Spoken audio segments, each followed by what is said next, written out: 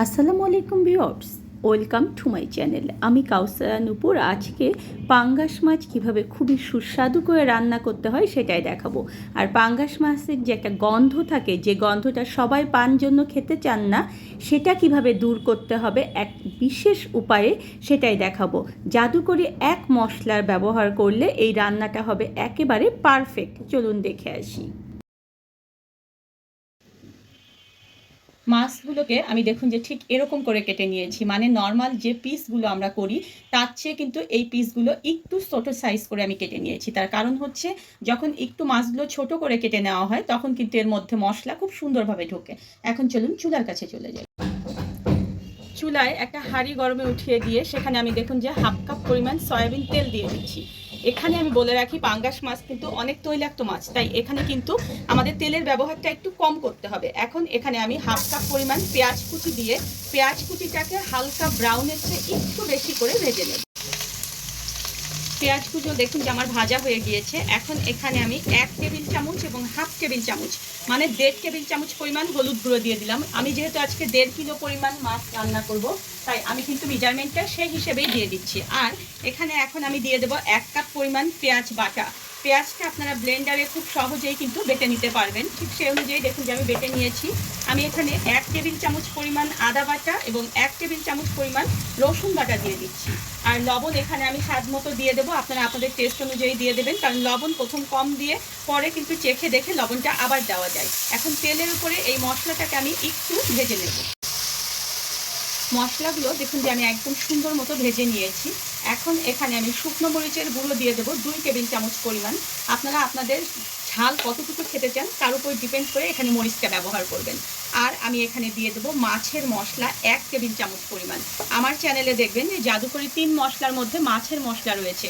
ঠিক সেভাবে করে আপনারা মাছের মশলাটা তৈরি করলে দেখবেন যে মাছের যে একটা মাছ মাছ গন্ধ থাকে সেটা থাকবে না, আর আপনাদের তরকারিটা হবে অনেক টেস্টি। আমি ডেসক্রিপশন বক্সে সেটা লিঙ্ক দিয়ে দেবো, সেই অনুযায়ী আপনারা মাছের মশলা তৈরি করে নেবেন। আর এখানে আমি হাফ কাপ পরিমাণ পানি দিয়ে এই মশলাটাকে আরেকটু কষিয়ে নেব। মশলাটা দেখুন যে একেবারে খুব সুন্দরভাবে আমি কষিয়ে নিয়েছি। এখন আমার ধুয়ে রাখা যে মাছগুলো সেগুলো আমি এখন এর মধ্যে দিয়ে দিচ্ছি। আর ভালো মতো মাছ নেড়ে চেড়ে কিন্তু পুরো মাছের মধ্যে মশলাটা এরকম করে লাগিয়ে দিতে হবে। মাছগুলোতে দেখুন যে মশলাগুলো আমি সুন্দর মতো লাগিয়ে দিয়েছি। এখন চুলার জালটা কিন্তু একেবারে হাইয়ে রাখতে হবে। রেখে আমি এখানে দেখুন যে হাফ কাপের চেয়ে একটু পরিমাণ পানি বেশি দিয়ে দিলাম। দিয়ে এখন এই মাছটাকে আমি এই পুরো হাই হিটের মধ্যেই রান্না করব। তবে এই অবস্থায় দেখুন যে আমি ঢাকনা দিয়ে ঢেকে দেব, আবার একটু পরপর ঢাকনাটাকে সরিয়ে দিয়ে আমি এটাকে কষাবো। তবে কখনোই কিন্তু এটাকে খুন্তি দিয়ে নাড়া যাবে না, এভাবে নেড়ে চেড়ে এটাকে কষাতে হবে। 6 থেকে 7 মিনিট ধরে এটাকে আপনারা কষিয়ে নেবেন, একদম নেড়ে চেড়ে যেভাবে দেবেন। দেখুন আমি আবারও দেখাচ্ছি, এভাবে নেড়ে চেড়ে দেবেন। যদি মনে হয় যে কোনো মাছ আপনাদেরকে উল্টাতে হবে, তবে সেক্ষেত্রে খুব সাবধানে মাছটাকে উল্টাবেন যেন মাছটা ভেঙে না যায়। দেখুন এভাবে করে উল্টিয়ে দেবেন, আর কিন্তু উল্টানোর খুব দরকার নেই। এখন এখানে আমি আবার 1 কাপ পরিমাণ পানি দিয়ে দিচ্ছি। এটা সম্পূর্ণ ঝোল রাখবো আমি, আর মাছটা আমার সিদ্ধ হতে যতটুকু লাগবে ততটুকু। এখন এর মধ্যে আমি আর কিছু দিয়ে দেব, আর সেটা হচ্ছে কয়েকটা কাঁচামরিচ। দেখুন যেভাবে দিয়ে দিচ্ছি, এতে করে কাঁচামরিচের একটা সুন্দর ফ্লেভার আসবে। এখন ঢেকে এটাকে আমি আবার 5 থেকে 6 মিনিট রান্না করব, সেটা কিন্তু জোর আঁচেই রান্না করব। আরও 6 থেকে 7 মিনিট আমি এটাকে রান্না করে নিয়েছি। দেখুন যে এটা কিন্তু কালার অসম্ভব সুন্দর হয়েছে। দেখুন আপনারা দেখে হয়তো বুঝতে পারছেন।